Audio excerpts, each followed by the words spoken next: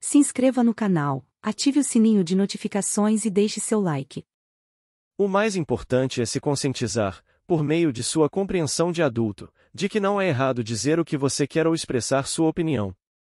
Na maioria dos casos, isso não vai gerar conflito algum e ninguém vai ficar magoado se você simplesmente disser não. Mas vamos falar sobre o não mais adiante. Agora quero lhe dar algumas orientações para a resolução de conflitos. Exercício: pratique a gestão de conflitos. Pense num conflito latente que você tenha com alguém, seja porque vocês discutiram ou porque você nunca se atreveu a dizer abertamente o que pensa. Entre deliberadamente no modo criança a sol. Faça uso de suas novas crenças, seus pontos fortes e valores e tome consciência dos bons sentimentos que isso desencadeia em você.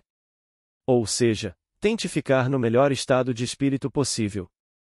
Caso não consiga, alterne para seu adulto interior para observar a situação com o mínimo de interferência das emoções.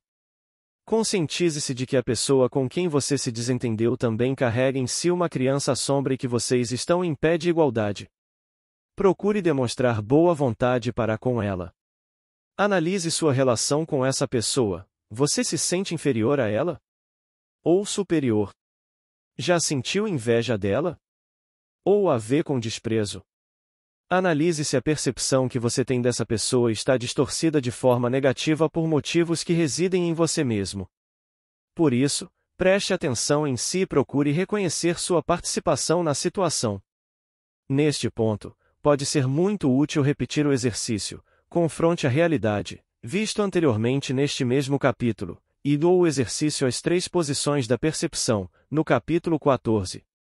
Mantendo-se no modo criança sol ou adulto, reflita sobre os argumentos favoráveis a seu ponto de vista, de preferência por escrito. Leve em consideração também os argumentos da outra pessoa. Para isso, fique à vontade para consultar uma terceira pessoa. Que argumentos de ambos os lados lhe ocorrem? Quando tiver reunido todos os argumentos, avalie se a outra pessoa talvez não tenha razão. Em caso afirmativo, diga isso a ela e dê o conflito como resolvido. Caso contrário, avance para o passo 5. Imagine uma situação em que você deseje conversar com a outra pessoa sobre sua preocupação. Não espere que a questão se resolva sozinha. Apresente sua preocupação de maneira amistosa e exponha seus argumentos. Ouça com toda a atenção o que a pessoa tem a dizer. Responda aos argumentos dela e leve-os a sério.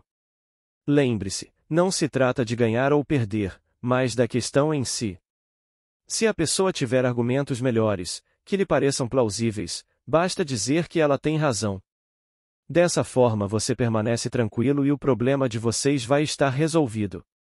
Se a pessoa não tiver argumentos melhores, você pode se ater a seu ponto de vista ou, melhor ainda, os dois chegam a um consenso.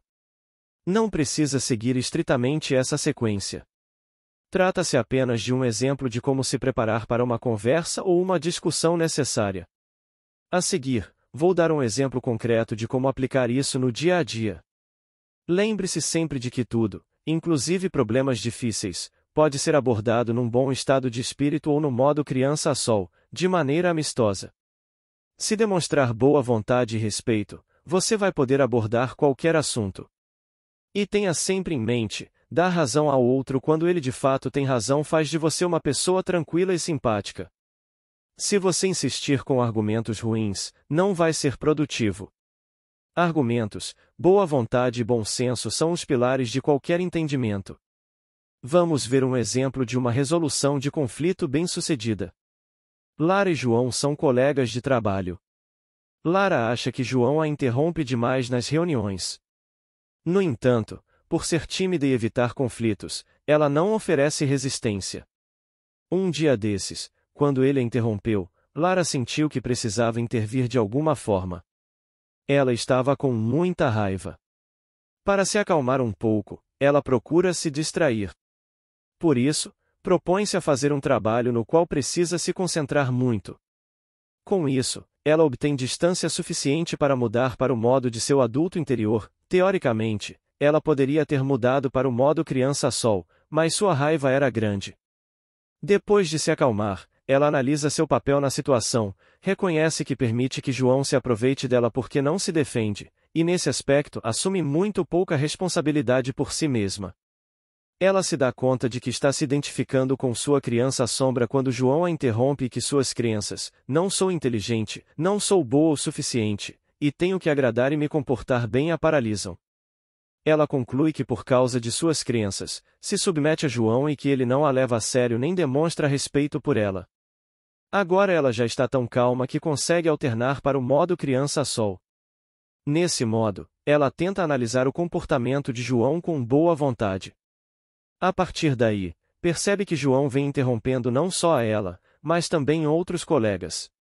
Lara então se dá conta de que João, apesar de tudo, é um bom colega. Com isso, chega à conclusão de que João não se comporta com ela dessa maneira por falta de respeito, mas porque é impulsivo e temperamental. Por isso, ela já não mais associa o comportamento dele a si mesmo e à sua suposta inferioridade, mas o atribui tão somente a ele, reinterpretação positiva da realidade. Por meio desses entendimentos, ela se encontra novamente em pé de igualdade com João. Nesse momento, Lara está refletindo se deve conversar com João sobre o comportamento dele, ou se isso seria mesquinho e crítico demais. Afinal de contas, ele provavelmente não age por mal. Ela também poderia ser um pouco mais corajosa e insistir mais enfaticamente que gostaria de terminar o que estava falando.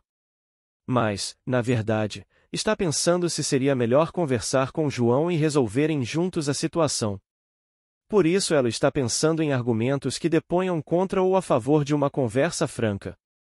A favor, é bom conversar sobre isso com João, pois só assim vou poder saber como ele vê a questão. É justo para com João chamar a atenção dele para o fato de que esse tipo de comportamento me incomoda e que isso provavelmente não acontece só comigo. Quanto mais cedo eu levar esse assunto a ele, mais calma e relaxada vou poder ficar. Contra, João pode me culpar pelas críticas, talvez não tenha ocorrido a ele que seu comportamento não está legal. A favor, posso utilizar exemplos muito concretos para ilustrar as conclusões a que cheguei. Se João discordar, então é ele quem tem problema para lidar com críticas. Nesse caso, o erro não é meu e a tentativa terá valido a pena. Lara decide conversar com João. No dia seguinte, ela o convida para almoçar, o que ele felizmente aceita. Durante a refeição, Lara gentilmente explica como se sente quando ele a interrompe nas reuniões. João compreende as críticas logo de primeira, se desculpa e promete melhorar. Ele diz estar ciente desse ponto fraco, que às vezes é impulsivo demais, mas que não tem a intenção de ser desrespeitoso. Promete se disciplinar mais. Eles acertam que caso João ultrapasse os limites novamente, Lara simplesmente vai retomar a fala. Como João entendeu a questão de imediato, eles não precisam argumentar. Como Lara abordou o problema, João teve a oportunidade de expor sua posição e pôde confirmar a suspeita de Lara de que ele interrompia a fala dos outros por causa de seu temperamento exuberante e não por falta de respeito. Com isso, a conversa acabou aproximando os dois. O conflito que poderia ter surgido entre Lara e João foi resolvido pela ponderação e a autorreflexão de Lara e pela autocrítica honesta de João. No entanto, quando pelo menos uma das pessoas não pesa bem suas ações e se encontra preso em suas estratégias de autoproteção, a conversa provavelmente não vai dar certo. É esse o nosso próximo tema.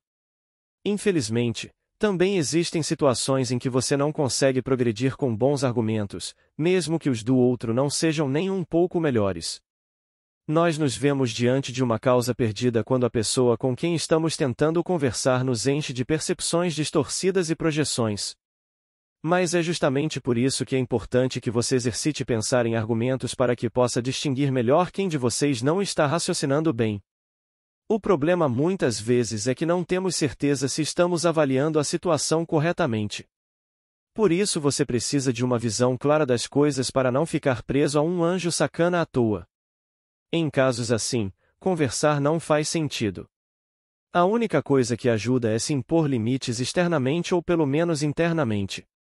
Isso é possível também por meio de um estado de humor elevado.